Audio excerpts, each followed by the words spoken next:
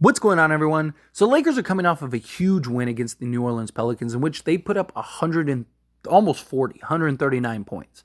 They also set a franchise record for 87 points in the first half, most points scored in a quarter this season, with 51 in the second, and basically controlled the New Orleans Pelicans start to finish and basically dominated them. I don't like that they gave up 122 points. I don't like that they gave up 74 it was at halftime. That I'm not a fan of. They definitely need to pick it up defensively, but I mean, you're missing basically all of your defensive players. You're missing Max Christie, Gabe Vincent, Jared Vanderbilt, Cam Reddish. Like, the list goes on, right? So I'll give them that, but they put on an absolute show.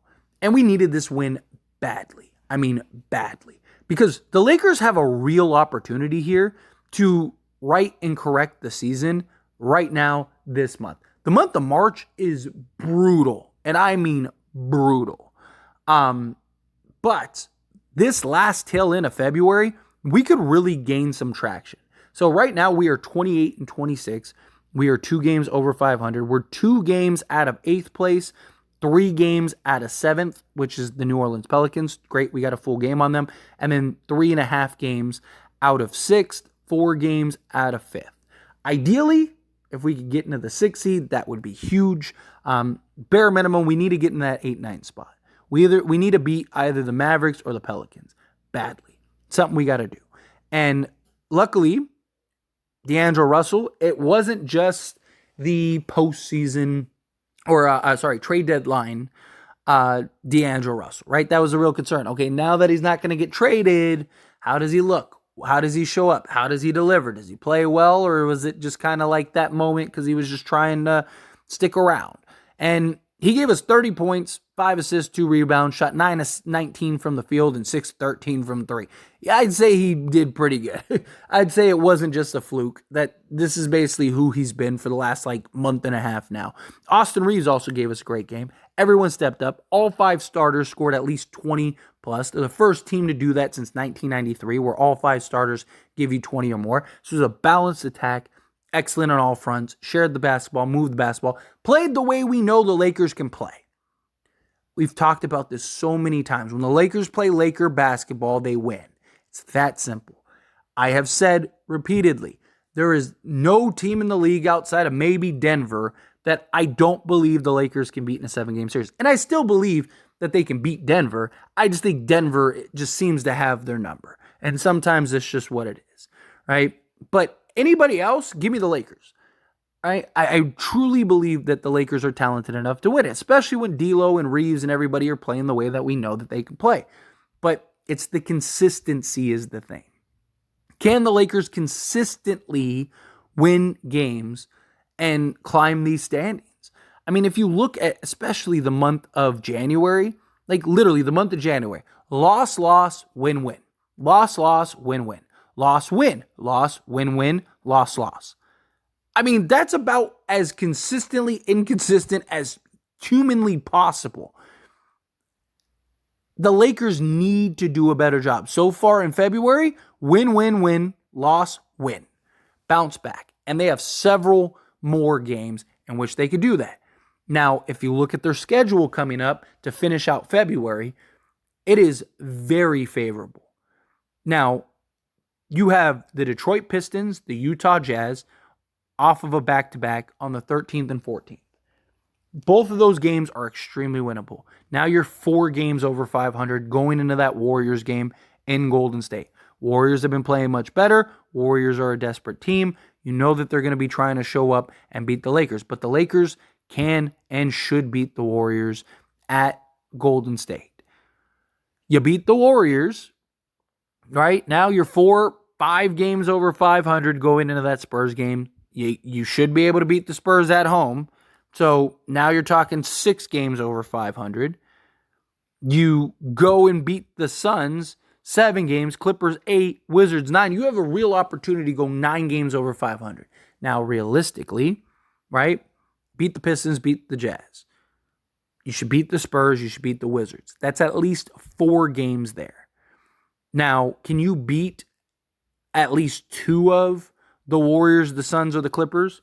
You've beaten all three teams already. You've beaten the Suns and the Clippers multiple times.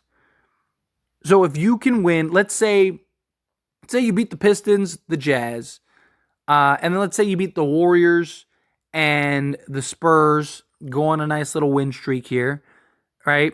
And then let's say you lose to the Suns, but you beat the Clippers and you beat the Wizards, right?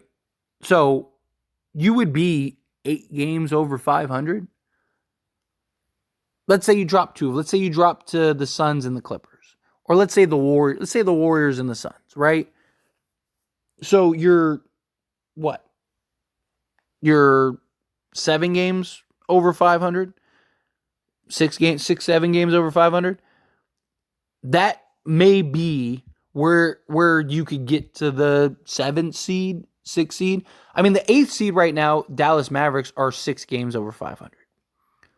The Pelicans are 8 games. The Kings are 9, and the Suns are 10. So if you can get at least 7 games over 500, you're probably in that 7th, 8th seed. If you tie with the Pelicans, you have the tiebreaker. So you'd move up into that standing, right? And we need that again desperately because look at the month of March. This is just the first 6 games of March, and it doesn't get better. You can make an argument it gets worse. First 6 games of March are against the Nuggets, the Thunder, the Kings, the Bucks, the Timberwolves, and the Kings. Now, your first 5 games are at home, which Lakers have been a good home team, but that is rough. Talking about the Nuggets, the Thunder, the Kings, the Bucks, and the Timberwolves. All at home. All those teams are the top 5 teams outside of the Kings. Timberwolves, Bucks, Thunder, and Nuggets are like the top 5, 6 teams in the league this season. And that is brutal. If we can get, right, let's say we get to 7 games over 500, right? Can we bare minimum go 500 in the month of March? Right? Because you got, 1, 2, 3, 4, 5, 6, 7, 8, 9, 10, 11, 12, 13, 14 games in March. So 14 games in March. Can you go 7-7, right? You'd be, say, 7 games over 500, right? And you'd be at 42 wins going into April. In April, you have the Raptors, the Wizards, the Cavs, the Timberwolves, the Warriors, the Grizzlies, the Pelicans. The Raptors, the Wizards, and the Grizzlies. That's 3 games you should win. So bare minimum, that'd be 45 wins. So if they just at least bare minimum, if they handle business in February, go 500 in March, and then win at least those 3 games in April that I mentioned, they'd be at 45 wins, which I believe should put them in the 7th or 8th seed. And then you only got to win 1 game and you're in the playoffs. Now, again, ideally, we get Spencer Dinwiddie. It looks like he's about to sign with the Lakers. Maybe, depending on when you're watching this video, maybe the Lakers have already signed him, which would be huge. Huge if the Lakers could sign him. Because, I mean, you're talking about adding a starting level 17-6 guy. He's not really done that so much with the Brooklyn Nets, but he basically checked out and gave up on the Nets. But this is a guy that the Lakers were actively trying to trade for. Many people believed was an upgrade over D'Angelo Russell. And he's a guy that could easily slot in alongside D'Lo. You could even move Austin Reeves to the bench. My point is, he's a guy that gives the Lakers some athleticism at the guard position. He's not like super hyper athletic, but he's more athletic than D'Lo and Reeves. Gives you another guy that can make plays for himself and others. Guy that can defend. Guy that can hit threes. Guy that can knock down the mid-range. That would be huge and help us in the right direction, especially with Gabe Vincent and who knows when he's coming back and all that stuff. So if they could get Spencer Dinwiddie, again, that'd be another big step in the right direction. And then you go and you handle business. And we need D'Lo and Reeves to be consistent. D'Lo has been consistent. D'Lo's been very good. We need Reeves to consistently play the way that he's playing. I'm not saying that both of these guys have to go get you 30 a game. Not saying that. Although D'Lo's been averaging like 28 a game over the last like month and a half. But we don't need that necessarily. If these two combined could give us like 34 a game, like combined, that would be huge. Huge. And really could start being the change in direction we need.